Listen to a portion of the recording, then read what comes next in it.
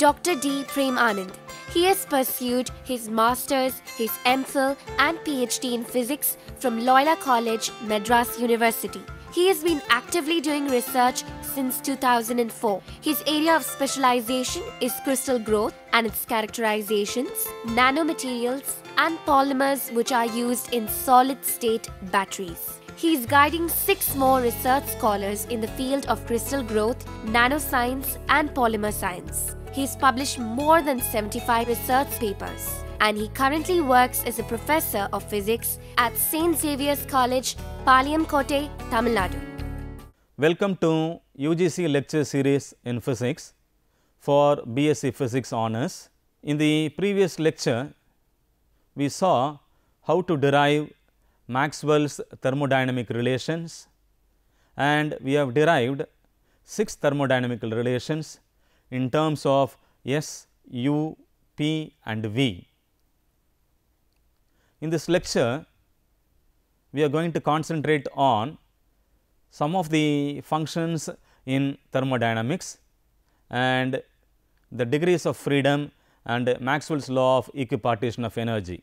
This lecture is divided into the following topics: Helmholtz function, Gibbs function, enthalpy, Cp, Cv and mu, the degrees of freedom and Maxwell's law of equipartition of energy.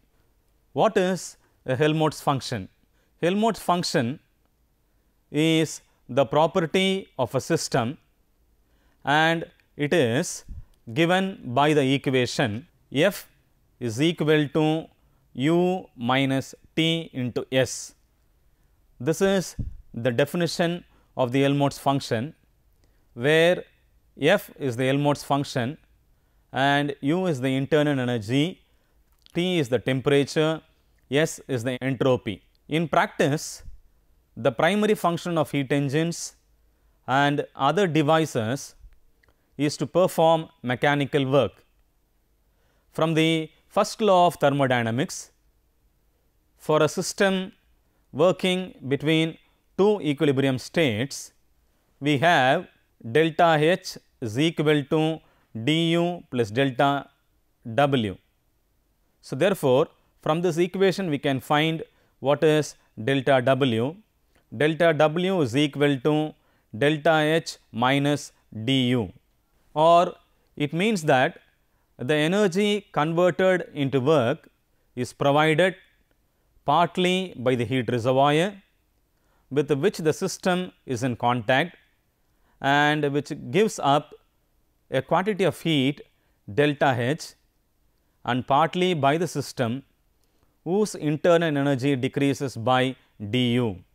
So, let us now briefly understand about Helmholtz function. When a system undergoes a process between 2 equilibrium states, how much maximum work can be done by it?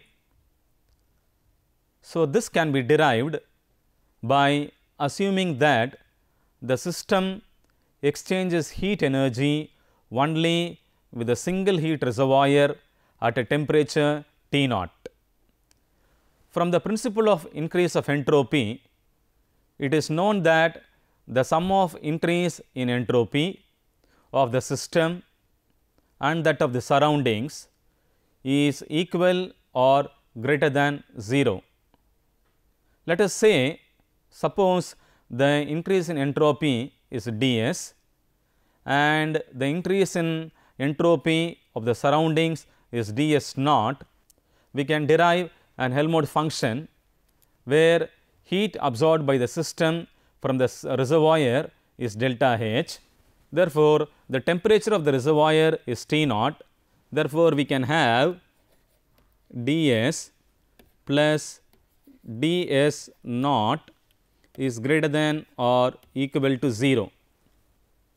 But we know that for a reservoir, what is ds naught? ds naught is minus delta H by T naught. Therefore, substituting this value of ds naught is equal to minus delta H by T naught. In this equation, we have ds minus delta H by T naught is greater than or equal to 0. Therefore, you cross multiply this, we can have T naught ds is greater than or equal to, it is delta H. From equations, delta W is less than or equal to T naught ds minus du. The quantities u and s are the properties of the system and T naught is a constant. Therefore, for a finite process between the two states, say state 1 to state 2, and by integrating this equation we can have, so integration of delta W is equal to W. So, that is what we have, and integration of T naught ds is equal to, so we can write the limits as S1 and S2, and this turns out to be T naught into S2 minus S1 and minus du. So, minus du is integral du. So, we can substitute the limits as u1 is the initial limit and u2 is the final limit. Therefore, I can write u2 minus u1. So, combining these terms, integral delta W is equal to W and integral T naught ds is equal to T naught and S2 minus S1 and integral du is u2 minus u1. Combining all these three equations, we can put it as one equation, that is W is less than or equal to T naught into S2 minus S1 minus u2 minus u1. Therefore, W is less than or equal to, I am interchanging this value, that is u2 minus u1, I am putting in the first term, therefore, u2 minus u1 minus of T naught into S2 minus S1. Suppose that the initial and final temperatures are equal, and let us say they are also at the same as that of the heat reservoir, such that the temperature is equal to the temperature of the reservoir, or T is equal to T naught, where T is the temperature of the system. Hence, the previous equation, hence this equation can be written as W is less than or equal to u2 minus u1 minus T into S2 minus S1. The Helmholtz function f is equal to u minus Ts. Therefore, if there are two equilibriums, suppose if there are two equilibrium states, that is from state 1 to state 2, and if these states are at the same temperature T, I can write F1 minus F2 is equal to u1 minus T into S1, because at a constant temperature I am putting T S1 minus u2 minus T into S2, that is equal to u1 minus u2 minus T into S1 minus S2. So, therefore, simplifying and rearranging this equation, I get F1 minus F2 is equal to u1 minus u2 minus T into S1 minus S2, or this W is less than or equal to F1 minus F2, it is a function of temperature. Thus, the maximum work that can be done in any process between two equilibrium states at the same temperature is equal to the decrease in the Helmholtz function of the system. In this process, the system exchanges heat with a single heat reservoir at the same temperature. Moreover, maximum work is done when the process is reversible, and if the process is irreversible, the work done is less than the maximum. And also it should be remembered that the maximum work that can be done is equal to the decrease in the Helmholtz function of a system, but the energy converted into work is provided partly by the system and the remaining by the heat taken from the heat reservoir. Let us now derive Gibbs function. The Gibbs function of a system is given by G is equal to U minus T s plus P v. This is the definition of a Gibbs function, where G is a Gibbs function, U is the internal energy, T is the temperature, S is the entropy, P is the pressure, and V is the volume. Let us consider a system that can do other forms of work. In addition to P dV work, example, let us consider a voltaic cell. In the case of a voltaic cell, the electrical work is minus E into dI. Similarly, for a magnetic material, the magnetic work is minus M into dH. In general, the work will be given by P dV plus a sum of terms, each being the product of intensive variables such as pressure, energy, or the dipole moment, and the differential of an external variable such as dV, dI, and dH. In the case of a voltaic cell, the intensive variable is E and the differential of external variable is dI. Suppose in general, in addition to P dV, the intensive variable is U and the differential of extensive variable is X. Therefore, the work done for any reversible process is given by dou W is equal to, it is P dV plus Y into D into X.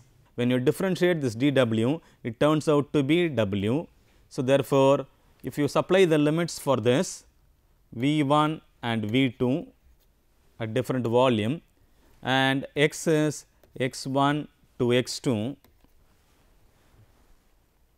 we get, and also taking integral X1 to X2 y dx is equal to A. Therefore, consider a process where the system works at constant pressure P naught, and let us say the change in volume is V2 minus V1. So, therefore, integrating this equation, I can write integral V1 to V2. So, if you integrate this P dV, so P is constant. So, differential of dV is V, therefore, it is V2 minus V1. So, therefore, I can write W is equal to, it is P naught into V2 minus V1 plus A, where W is the work done on the system. For a system that exchanges heat with the reservoir at a temperature say, then it can be represented by the equation, W is less than or equal to U1 minus U2 minus T naught into S1 minus S2. Therefore, we have P naught into V2 minus V1 plus A is less than or equal to U1 minus U2 minus T naught into S1 minus S2. Therefore, taking this A term to the left hand side, we have A is less than or equal to U1 minus U2 minus T naught into S1 minus S2 minus P naught into V1 minus V2. And therefore, consider a specific process where the initial and the final states of the system and the surroundings are at the same temperature T naught and pressure P naught, such that T is equal to T naught and P is equal to P naught. Therefore, from the above equation, from this equation, I can write A is less than or equal to U1 minus U2 minus T naught into S1 minus S2 plus P into V1 minus P2. Therefore, from equations A is less than or equal to G1 minus G2.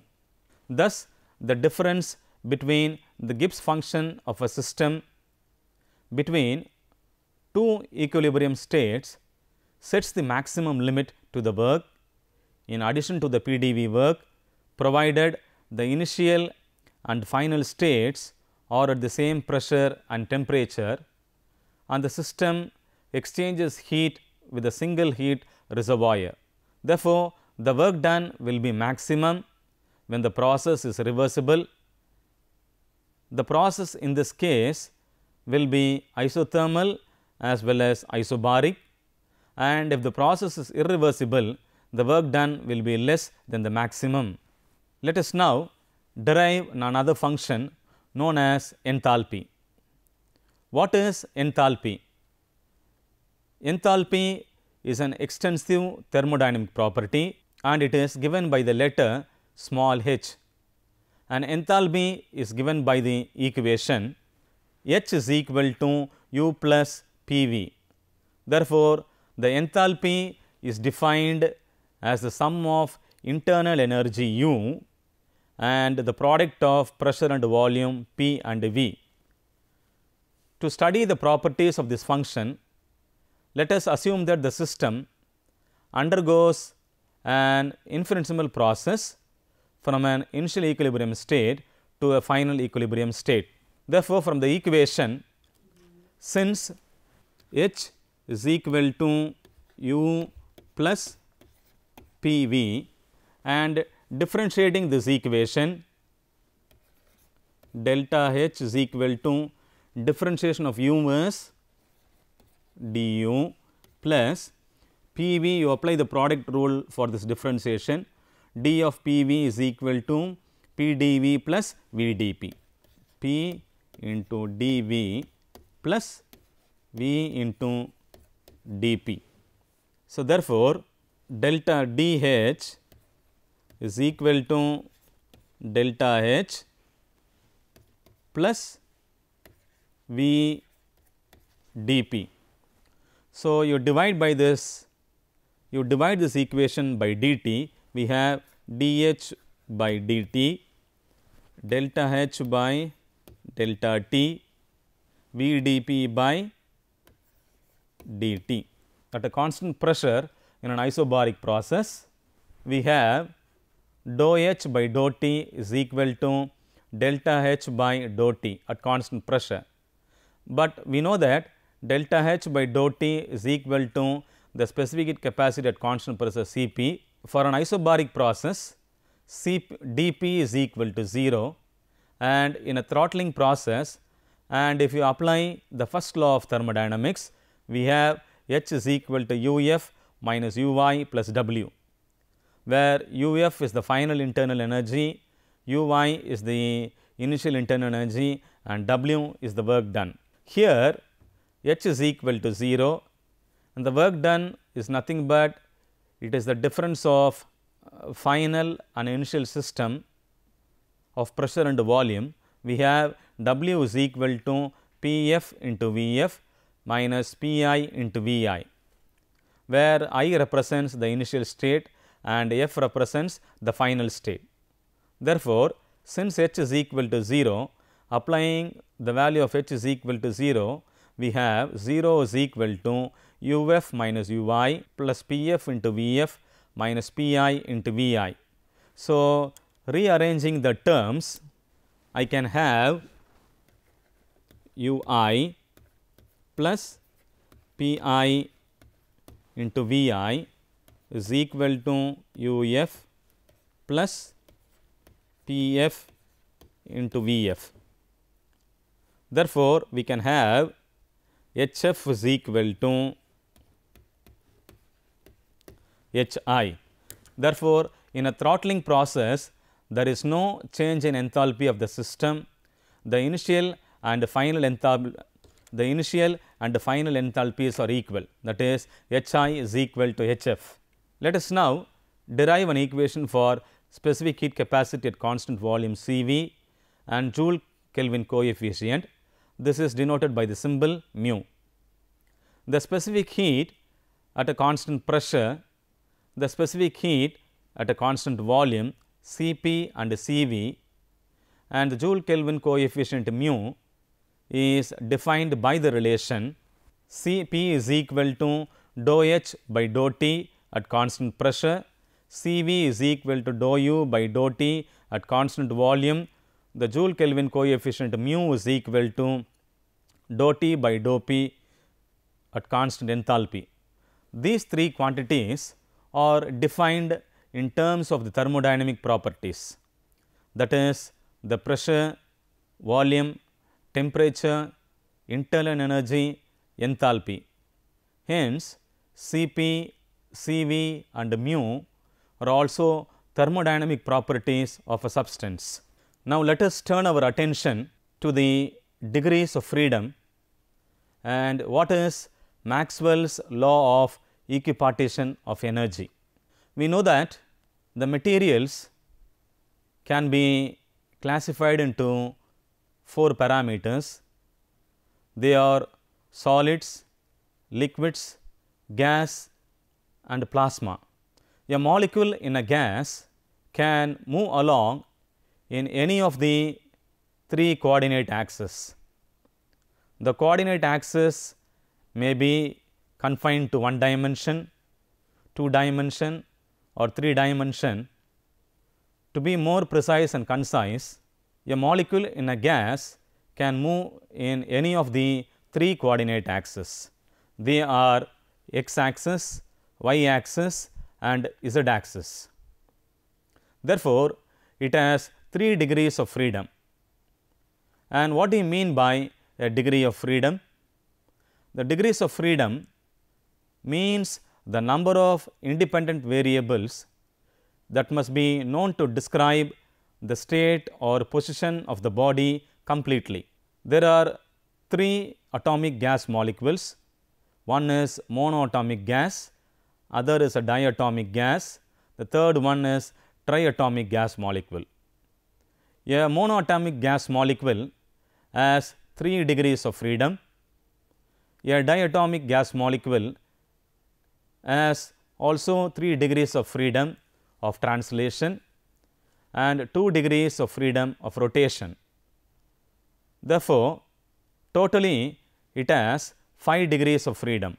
According to the kinetic theory of gases, the mean kinetic energy of the molecule at a temperature is given by the equation of mc square is equal to 3 by 2 kT, where m is the mass of the molecule and k is the Boltzmann constant, and c squared can be written as u squared plus v squared plus w squared, as x, y and z axis are all equivalent.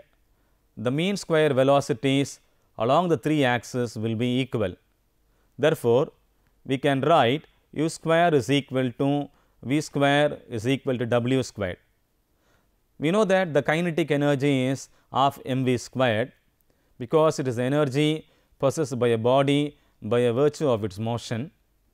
Therefore, according to this, the equation can be written as half mu squared along the x axis is equal to half mv squared along the y axis is equal to half mw squared along the z axis. Therefore, since there are 3 axes, I can write half mc squared is equal to 3 into half mu squared, that is equal to 3 into 1 by 2 mv squared, that is equal to 3 into half mw squared, that is equal to 3 by 2 kT, where half mu squared is equal to half kT, half mv squared is equal to half kT, half mw squared is equal to half kT. Therefore, the average kinetic energy associated with each degree of freedom is half kT. Therefore, the energy associated with each degree of freedom is half kT. This represents the theory of equipartition of energy. So, let us now summarize what we have discussed so far. We derived Helmholtz function. Next, we moved on to derive Gibbs function and enthalpy. After that, we derived the specific capacity at constant pressure, specific capacity at constant volume and Joule Kelvin coefficient. After deriving all this equation, we came to understand the law of equipartition of energy or the Maxwell's law of equipartition of energy. The degrees of freedom means that it is the number of independent variables that must be known to describe the state or position of the body completely. And these are the following question you may be able to answer at this end of this lecture. Question number 1, obtain Gibbs function. Question number 2, arrive at an expression for an enthalpy of a system. Question number 3, derive Cp, Cv and mu. Thank you.